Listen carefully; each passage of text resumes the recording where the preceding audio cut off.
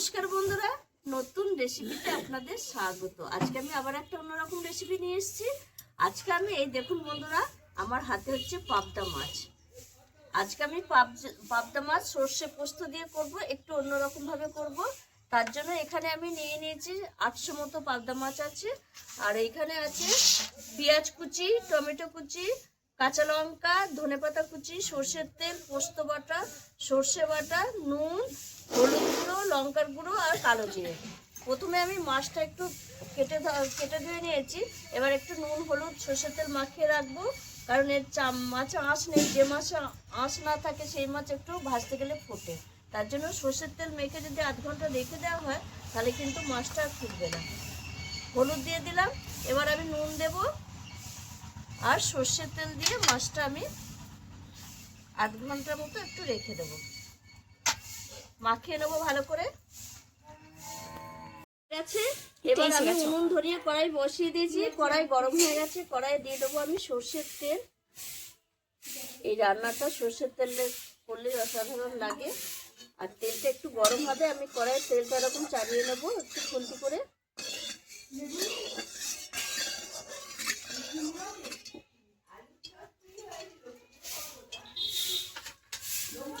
আর একটু তেলটা গরম হবে।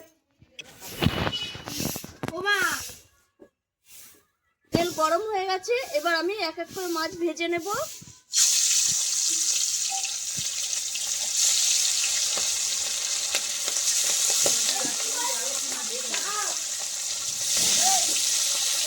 মাছটা ভাজা হোক।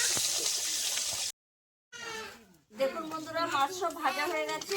আমি তুলে নিচ্ছি। আর লাল লাল করে ভেজেছি মাছটা, দেখতেই পাচ্ছি।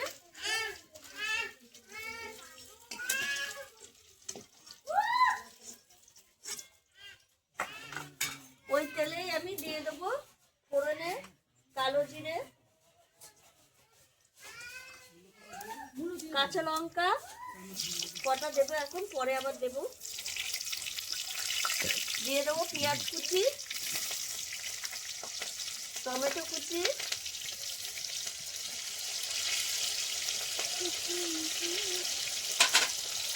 একটু ভেজে নেব।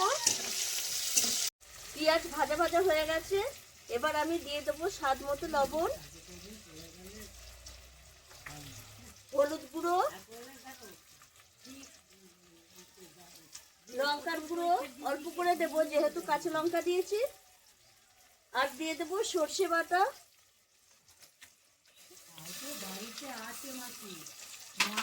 পোস্ত বাটা,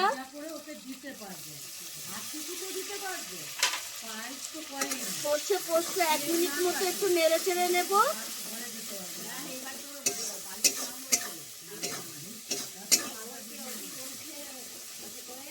দেখুন বন্ধুরা, কালারটা দেখুন কত সুন্দর হয়েছে।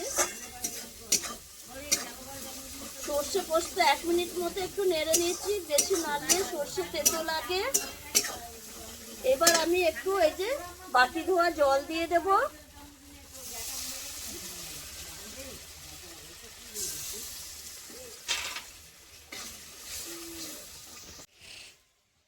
ঝোল ফুটে উঠেছে। এবার আমি মাছ দিয়ে দেব। মাছ দিয়ে আমি 1 মিনিট মতো একটু নেড়ে চেড়ে নেব। দেখুন বন্ধুরা, মাছটা কত সুন্দর হয়েছে। মাছটা হয়ে এসছে। এবার উপর থেকে আমি দিয়ে দেবো চেরা কাঁচা লঙ্কা আর একটু সর্ষের তেল। যেহেতু একটু পাবদা মাছে সর্ষে পোস্ত করেছি সেই জন্য একটু সর্ষের তেল দিয়ে দেবো। আর অসাধারণ লাগছে, একটা দারুণ গন্ধ আসছে। এবার আমি নামিয়ে নেব। দেখুন বন্ধুরা, কত সুন্দর হয়েছে পাবদা মাছটা।